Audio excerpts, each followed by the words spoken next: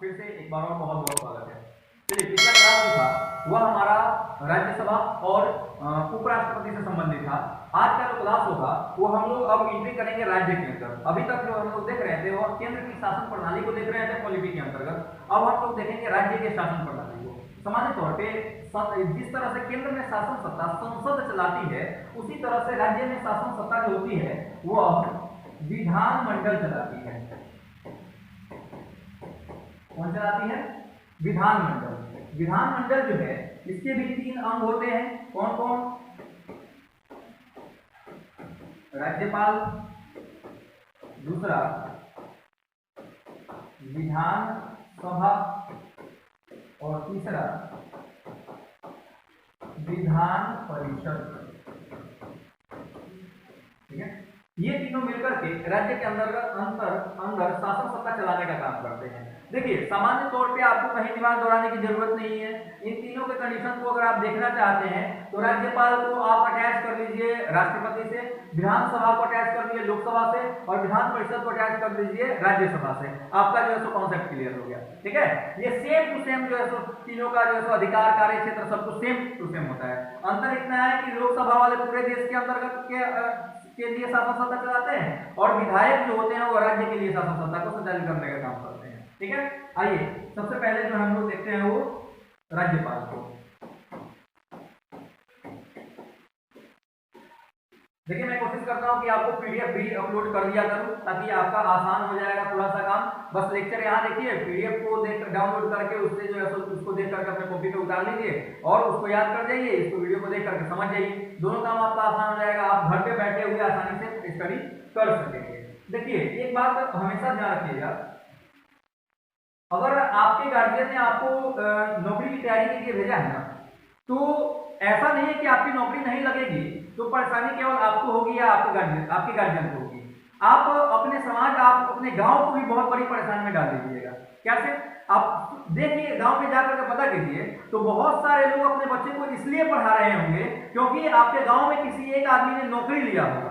ठीक है, अगर आप तैयारी कर रहे हैं और आप नौकरी नहीं लेते हैं 2 साल 3 साल 4 साल में के बाद, तो 4 साल के बाद की जो जनरेशन होगी जिसको नौकरी की तैयारी करनी होगी, गार्जियन उसको नहीं पढ़ाएंगे। क्यों नहीं पढ़ाएंगे? क्योंकि वो ये कहेंगे कि गए हुए तो थे, उन्होंने तैयारी किया, उनकी नौकरी नहीं हुई तो तुम्हारा भी होगा नहीं होगा, काहे वो वहां पे 4 साल तुम बर्बाद करो। इसलिए प्लीज अगर आप पढ़ रहे हैं तो मन लगा के पढ़िए। नौकरी पाने के लिए 6 महीना से साल भर की पढ़ाई बहुत होती है, इससे ज्यादा पढ़ने की जरूरत नहीं होती। अगर इससे ज्यादा आप पढ़ रहे हैं और नौकरी आपकी रिजल्ट आपकी नहीं हो रही है तो यकीन मानिए कि आप नहीं पढ़ रहे हैं, आप गार्जियन के बेहुदा बना रहे हैं, आप खुद को बेहुदा बना रहे हैं, बस गार्जियन का जो शोषण कर रहे हैं, आप ठग रहे हैं गार्जियन को, चीट कर रहे हैं। ठीक है, तो कोशिश कीजिए कि मन लगा करके पढ़ें, जितना दिन पढ़ें जबरदस्त तरीके से पढ़ें, आपके पास नॉलेज जबरदस्त होगा। मैं व्यवस्था कर देता हूँ, पीडीएफ भी मैं डाल दूंगा, आपका यहाँ से लेक्चर सुनिए, पीडीएफ देख करके कॉपी पे कवर कर लीजिए और बैठ के उसको याद कर जाइए। एग्जाम में आपके कॉपी से ही क्वेश्चन आता है, एकदम गार्ड मान लीजिए इस बात को। ठीक है, बस वही है कि कॉपी वाला बात जो है आपके दिमाग में होना चाहिए। राज्यपाल जो होता है इसके आर्टिकल में चर्चा नहीं करूंगा क्योंकि हम लोगों ने संविधान के अंतर्गत इसके अनुच्छेदों वगैरह को देख लिया है। सामान्य तौर पे इसका अनुच्छेद 152, 153, 154, 155 जो है वह इसी के अनुच्छेद के बारे में बताता है, 161 इसी के बारे में बताता है। तो आप जाकर के उस आर्टिकल को देख लीजिएगा, अनुच्छेद का पार्ट 2 या पार्ट 3 होगा, उसको देखिएगा, आसानी से इसका अनुच्छेद समझ में आ जाएगा। राज्यपाल जो होता है यह केंद्र का एकमात्र प्रतिनिधि होता है जो राज्य में होता है। राज्यपाल किसका प्रतिनिधि होता है? केंद्र का।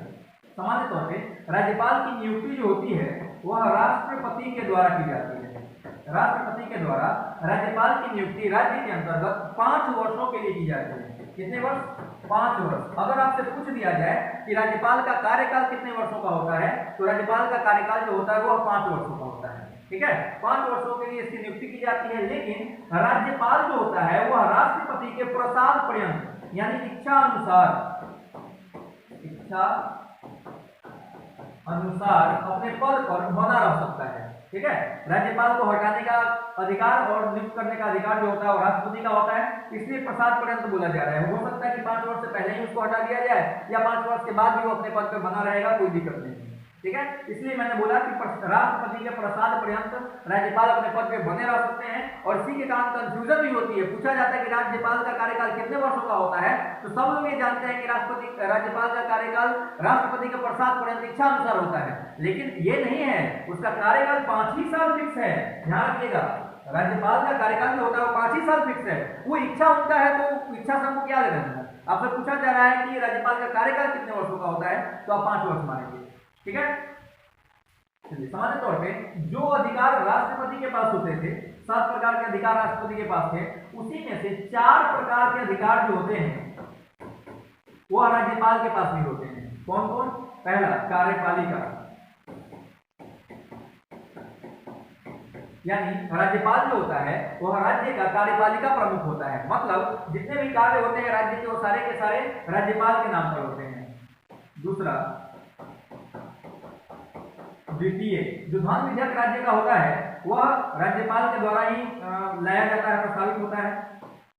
तीसरा, विधायी, और चौथा जो होता है वह न्यायिक। ध्यान होगा, हमने चर्चा किया था अनुच्छेद 161 के तहत राज्यपाल जो होते हैं उनको क्षमादान की शक्ति होती है, यानी कि न्याय करने के लिए भी जो है सो न्याय करने की शक्ति भी राज्यपाल के अंतर्गत होती है। अब होता यहाँ पे है कि राज्यपाल जो है वो कार्यपालिका प्रमुख होते हैं तो कार्य नहीं कर सकते, जिसके लिए उनके कार्य के लिए एक मंत्रिमंडल का चुनाव होता है। किसका चुनाव? मंत्रिमंडल। जैसे राष्ट्रपति के मदद के लिए मंत्रिमंडल बनता है, उसी तरह से राज्यपाल के मदद के लिए मंत्रिमंडल बनता है, और इसी के प्रधान को हम लोग कहते हैं मुख्यमंत्री। ठीक है, लोकसभा में मंत्रिमंडल के प्रधान को प्रधानमंत्री कहते हैं, और राज्य के अंतर्गत मंत्रिमंडल के प्रधान को हम लोग मुख्यमंत्री कहते हैं। अब इनका सिलेक्शन होता कैसे है, तो इसको जरा हम लोग देख लेते हैं। एक्चुअली होता ये है कि विधानसभा जो है इसके सदस्यों का चुनाव प्रत्यक्ष मतदान प्रणाली द्वारा होती है। प्रत्यक्ष मतदान प्रणाली,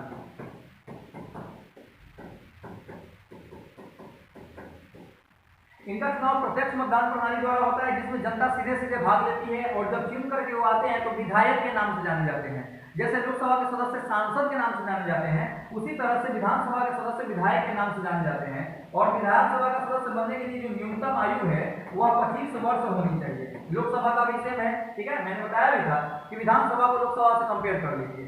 अब विधानसभा, अलग अलग राज्यों की विधानसभाओं में सीटों की संख्या अलग अलग है। मैं आपको बिहार का बता देता हूँ, 243 सदस्य जो है बिहार की विधानसभाओं में होते हैं, जिसमें से बहुमत प्राप्त करने के लिए 122 सदस्य, यानी कि जिस पार्टी को 122 सदस्य मिलते हैं हो जाते हैं, उस पार्टी को बहुमत की प्राप्ति हो जाती है, और इसी में से एक व्यक्ति को नेता चुना जाता है, जिसको राज्यपाल मुख्यमंत्री के रूप में नियुक्त करते हैं।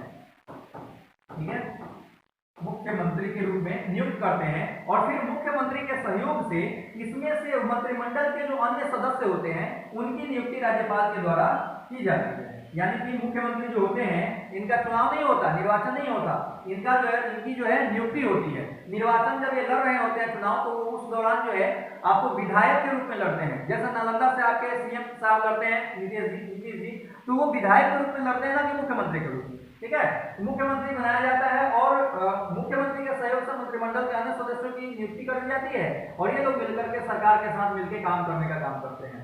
अब जो विधानसभा की हम बात करें तो सर्वाधिक विधानसभा सीट वाले राज्य, सर्वाधिक विधानसभा सीट वाले राज्य, इसका एक ट्रिक है, बड़ा शानदार सा ट्रिक। क्या है? तो ट्रिक है उपमा बिहार का। उपमा बिहार का, उपमा मतलब होता है उदाहरण। ठीक है, उ से उत्तर प्रदेश, सीटों की संख्या 403। प से पश्चिम बंगाल, सीटों की संख्या जो है वह 294। मां से महाराष्ट्र, सीटों की संख्या 288। और बिहार बिहार से आपका बिहार ही हो जाएगा।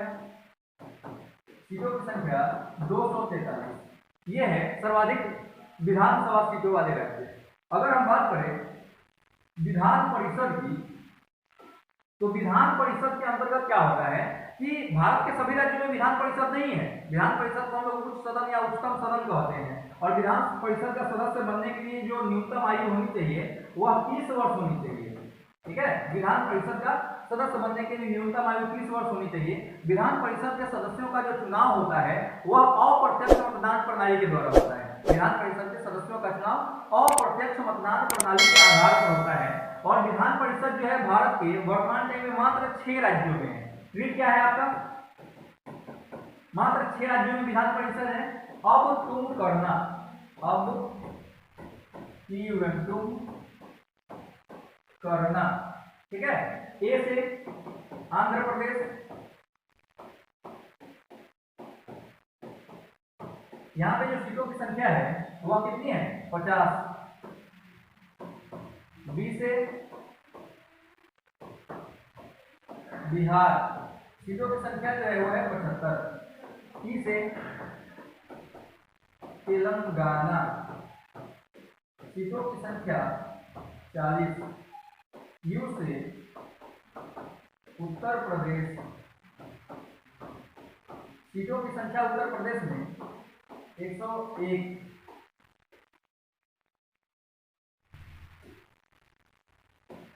एम से महाराष्ट्र, सीटों की संख्या 78, 78 सीटें हैं यहाँ पर महाराष्ट्र में, ठीक है।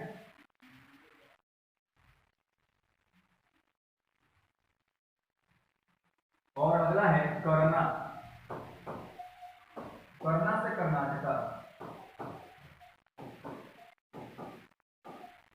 यहाँ पे सीटों की संख्या जो है वह 75 है, ठीक है। यानी कि कर्नाटका और बिहार दो ऐसे राज्य हैं जहां पर सीटों की संख्या क्या है, दोनों में बराबर है, सीटों की संख्या 75-75 है। बाकी में आप देख ही रहे हैं। देखिए विधान परिषद सभी राज्यों में नहीं है। विधान परिषद की कंडीशन ये है कि किसी भी राज्य में विधान परिषद उसी स्थिति परिस्थिति में बनाया जा सकता है कि विधान परिषद में न्यूनतम सीटों की संख्या जो होगी वह 30 होगी और अधिकतम सीटों की संख्या उस राज्य की विधानसभा के 1/3 से ज्यादा नहीं होगी, ठीक है, 1/3 से ज्यादा। अब देखिए बिहार में 75 सीटें वर्तमान में है और बिहार की विधानसभा में सीटों की संख्या कितनी है, 283। यानी कि इसको जब आप काटिएगा तो क्या हो जाएगा, ये हो जाएगा 81, ठीक है। यानी कि 30 से ज्यादा है, 30 से ज्यादा है और 80 से क्या है, 81 से कम है। अब देखिए 75। तो कंडीशन जो है अप्लाई होने के कारण, हालांकि और भी राज्यों में होता है, लेकिन चूंकि विधान परिषद बनाने के बाद क्या होगा कि जो संचित निधि है राज्यों की उस पर बोझ बढ़ जाएगा, और भी लोगों को पेमेंट करना होगा, जिसके कारण जितने राज्यों में उतने में रहने दिया गया है। जम्मू कश्मीर में था, जम्मू कश्मीर से 370 हटा और विधान परिषद भी जम्मू कश्मीर से क्या कर दिया गया, साइड कर दिया गया, हटा दिया गया, ठीक है। ये था आपका जो है राज्य का विधानसभा, विधान परिषद और आपका राज्यपाल। अगला जो टॉपिक हम लोग देख रहे हैं इसी में देख लेते हैं, वो होगा आपका स्थानीय स्वशासन। स्थानीय स्वशासन, ठीक है। स्थानीय स्वशासन इसका मतलब सीधा सीधा आप समझिए कि ग्राम पंचायत और नगर पालिका, इन दोनों को स्थानीय स्वशासन के अंतर्गत हम लोग स्टडी करते हैं,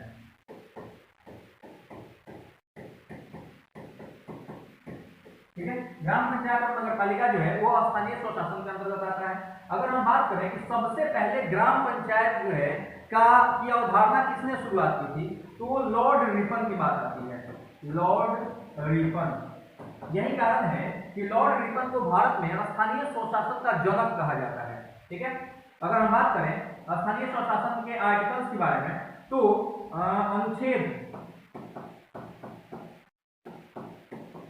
अनुच्छेद 40 और 243 का ए से लेकर के ओ तक हमको ग्राम पंचायत के बारे में बताता है। अगर हम बात करें अनुसूची की, तो भारतीय संविधान की अनुसूची 9 जो है, भारतीय संविधान की अनुसूची 11 जो है यह हमको ग्राम पंचायत के बारे में बताती है। अगर हम बात करें भाग की, तो भारतीय संविधान का भाग 9 जो है यह हमको ग्राम पंचायत के बारे में बताती है। ठीक है, ये तीनों हमारा जो है वह किससे रिलेटेड है? ग्राम पंचायत से रिलेटेड है। अगर हम बात करें नगर पालिका की, तो नगर पालिका से रिलेटेड देख लेते हैं हम लोग।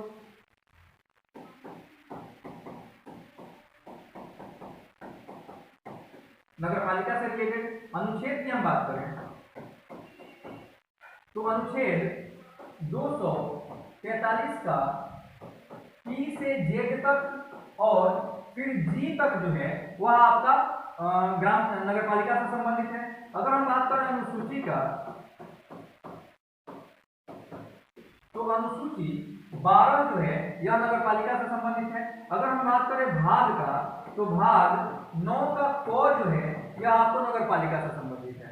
ठीक है, ये तीनों नगर पालिका के बारे में, ये तीनों जो है हमको ग्राम पंचायत के बारे में बताता है संविधान के अकॉर्डिंग। अगर हम बात करें, क्योंकि भारतीय संविधान में पहले ग्राम पंचायत नहीं था शुरुआत के दौर में, तो 73वां संवैधानिक संशोधन जो है, 73वां संवैधानिक संशोधन, इसके द्वारा भारतीय संविधान में 11वीं अनुसूची जोड़ी गई और ग्राम पंचायत की व्यवस्था की गई। ठीक है, और 74वां संशोधन जो है उसके द्वारा 12वीं अनुसूची भारतीय संविधान में जोड़ी गई और नगर पालिका की व्यवस्था जो है गांव में कर दी गई।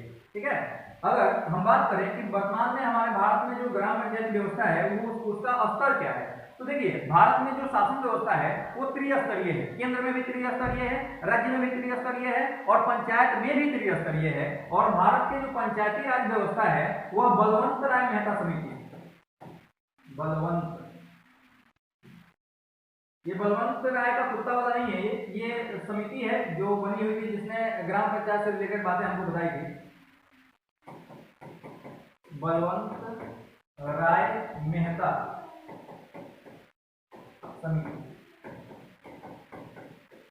एक्चुअली 1957 में यह समिति बनी थी और 1959 में इसने जो अपनी रिपोर्ट सौंपी थी, उस रिपोर्ट के अकॉर्डिंग इसने कहा था कि गांव में जो ग्राम पंचायत की व्यवस्था है वो त्रिस्तरीय रहना चाहिए।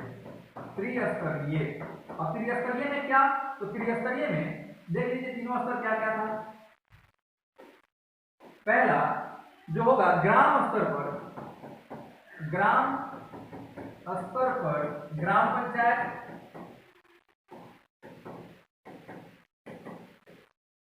दूसरा पंचायत स्तर पर पंचायत समिति,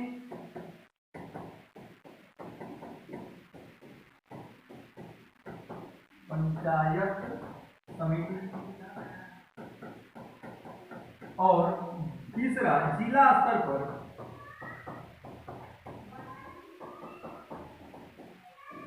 जिला परिषद।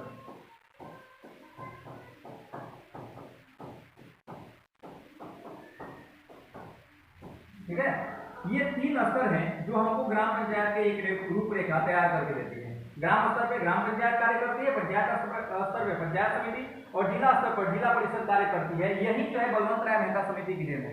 हालांकि एक और समिति बनी थी अशोक मेहता समिति, उन्होंने हमें द्विस्तरीय ग्राम पंचायती व्यवस्था लागू करने की बात कही थी और हम लोगों ने द्विस्तरीय ग्राम पंचायती व्यवस्था को नहीं लागू किया है। कौन सा लागू किया है? त्रिस्तरीय ग्राम पंचायती व्यवस्था को लागू किया है। ठीक है, अगर कोई व्यक्ति चाहता है कि हम ग्राम पंचायत का सदस्य बने, नहीं पंचायती चुनाव में खड़ा हो, तो उसके लिए सबसे ज्यादा जरूरी है कि उसकी आयु 21 वर्ष हो जानी चाहिए।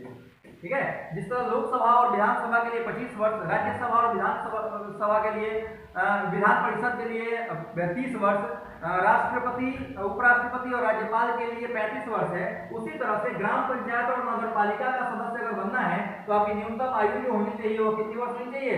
वो आपको 21 वर्ष होनी चाहिए। तभी आप क्या कर सकते हैं? पंचायती चुनाव में पार्टिसिपेट कर सकते हैं। दूसरा, जो ग्राम पंचायत है उसके लिए कुल 29 विषय रखे गए हैं। ग्राम पंचायत के लिए 29 विषय रखे गए हैं जिस पर ग्राम पंचायत कार्य कर सकती है, जबकि नगर पालिका के लिए 18 विषय रखे गए हैं जिस पर नगर पालिका कार्य करती है। ठीक है, एक और सबसे बड़ी चीज है अपने यहाँ, क्योंकि आप देखते हैं बेटी बचाओ बेटी पढ़ाओ ये सब चीज के ऊपर हम लोग बड़ा फोकस करते हैं, तो हमारे ग्राम पंचायतों में 1/3 स्थान जो है वह महिलाओं के लिए आरक्षित कर दी गई है। यानी महिलाओं के लिए ग्राम पंचायत के चुनाव में महिलाओं के लिए 1/3 से कम स्थान सुरक्षित नहीं रहेगी। इससे ज्यादा वो कर सकते हैं आप, लेकिन इससे कम नहीं कर सकते हैं। और कुछ राज्यों ने क्या कर रखा है, 1/2 यानी कि 50% स्थान जो है महिलाओं के लिए सुरक्षित कर रखा है ग्राम पंचायतों में, और ये बिहार में भी है। ठीक है, बिहार के ग्राम पंचायत के चुनाव में 50% स्थान जो है वो महिलाओं के लिए संरक्षित किया गया है। अगर हम बात करें कि क्या पढ़े लिखे लोग ही केवल फॉर्म भर सकते हैं, ये पंचायती चुनाव लड़ सकते हैं, तो ऐसा नहीं है। कुछ राज्यों ने इसको लागू किया है। जैसे सबसे पहला राज्य राजस्थान है, जिसमें जहां पे ग्राम पंचायत व्यवस्था लागू हुई थी, और ये हुई थी कब, 1959 में। राजस्थान का अंदर जो नागौर जिला था, सबसे पहले वहीं पर ग्राम पंचायत व्यवस्था लागू की गई थी। और यही पहला राज्य है जिसने यह कंडीशन अप्लाई किया था कि अगर ग्राम पंचायत में खड़ा होना है तो न्यूनतम एजुकेशन जो है 8वां पास होना अनिवार्य है। ठीक है, तो राजस्थान जो है सो वो जिला आपका पहला बना था। क्लियर, ये आपका जो है राज्य से संबंधित जो एग्जाम में क्वेश्चंस वगैरह पूछे जाते हो, चाहे विधानसभा से हो, विधान परिषद से हो, राज्यपाल से हो, या फिर आपका ग्राम पंचायत पंचायती राज व्यवस्था से हो, उसके बारे में हमने आपको जानकारी यहाँ पर दे दिया है। अब इसको जो है सो कंटिन्यू आप पढ़िए, याद हो जाएगा। हाँ, इसमें बहुत सारे आर्टिकल्स है, जैसे राज्यपाल के आर्टिकल की मैंने चर्चा यहाँ में नहीं करी है, क्योंकि मैं पिछला वीडियो जो कॉन्स्टिट्यूशन का वीडियो है, आप जाइएगा प्लेलिस्ट में, उसमें लिखा होगा संपूर्ण संविधान। तो संपूर्ण संविधान को ओपन कीजिए, आपको आसानी से राज्यपाल वाले चैप्टर पे जाइए या अनुच्छेद वाले चैप्टर पे, और अनुच्छेद का जो पार्ट 2 है वहां से आप आसानी से इसके बारे में जानकारी प्राप्त कर सकते हैं। ठीक है, थैंक यू। मिलता है फिर नए ब्रेक के बाद।